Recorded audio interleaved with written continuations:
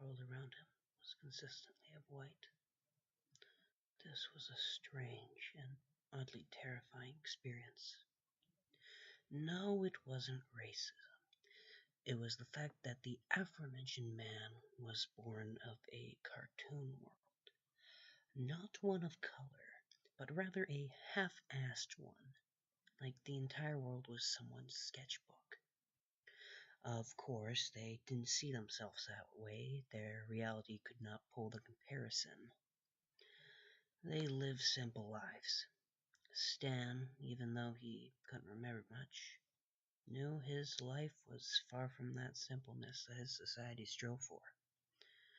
Those who overthought things were bound to have more unhappy lives, while those who stick to their jobs and families without questioning much were thought to have more fulfilled lives. After all, those who thought more wanted more. If you were simple-minded, you already had all you could ever want. The man strove for this. Of the few things he could remember, he was Stanford leading, but most called him Sketchy Stan, and Stan knew immediately when he opened his eyes to his surroundings that he would struggle to stay in that simple mindset. The world around him was strange. It looked more detailed than his own reality.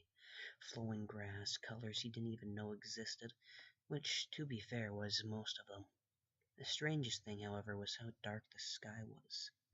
No moonlight, not even absence of light, like there was a massive dome of blackness covering him from all sides. He could see a horizon, however, a spot where the ground stopped. The quite literally sketchy man popped his cowboy hat up, reaching for a cigarette, but finding none.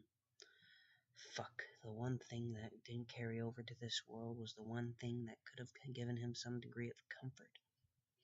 Whatever, it's not like he hadn't been in worse situations before.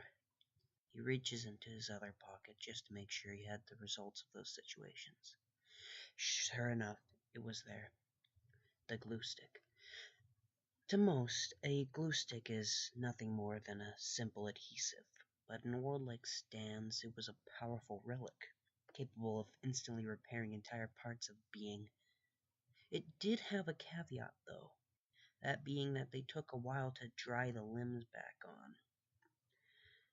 Stan nears the edge with little regard for caution, looking down as far as he could. Yet the blackness of the sky continued all the way down. What a weird fucking place. Regardless, he couldn't afford to care. Caring was not acceptable. As he backed away from the edge, he began surveying the island he found himself on. Not much, although it was heavily wooded. This would at least protect him from any wind in the area and provide him with building materials if he were to be stuck here a while. But he wondered about the prospect of others perhaps making their way here. After a while, he had constructed a small shack of branches, although his hands were all crumpled. Ah, shit, he thought. I forgot the fucking glue stick back at the cliff.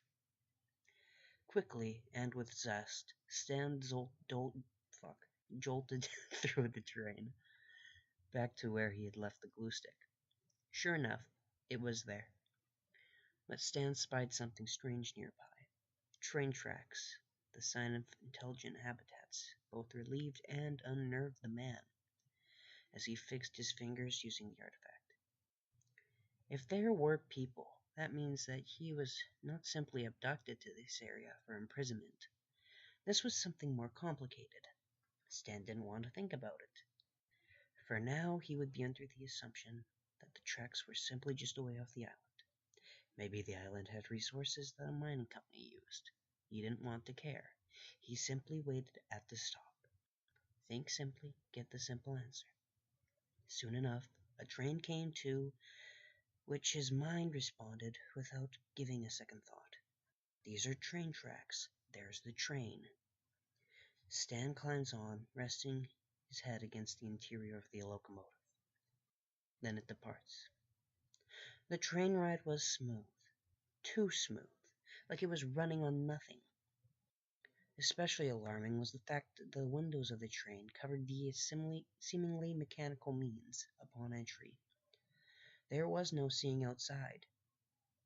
As he sat there, thoughtlessly, a strange kind of melancholy sets in, primally confusing the man, who tried so hard to stay simple-minded.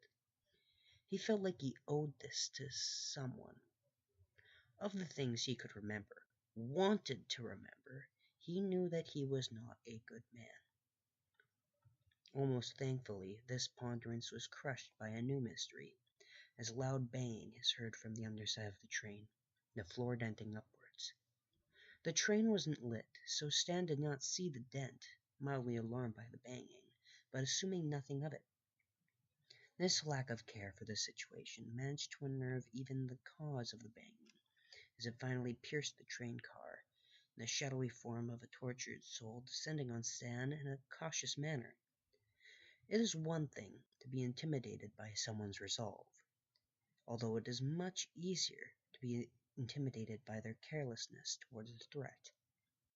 The being's fears were quelled, however, as it knocks down out with a comical conk on the head as the train reaches a new destination.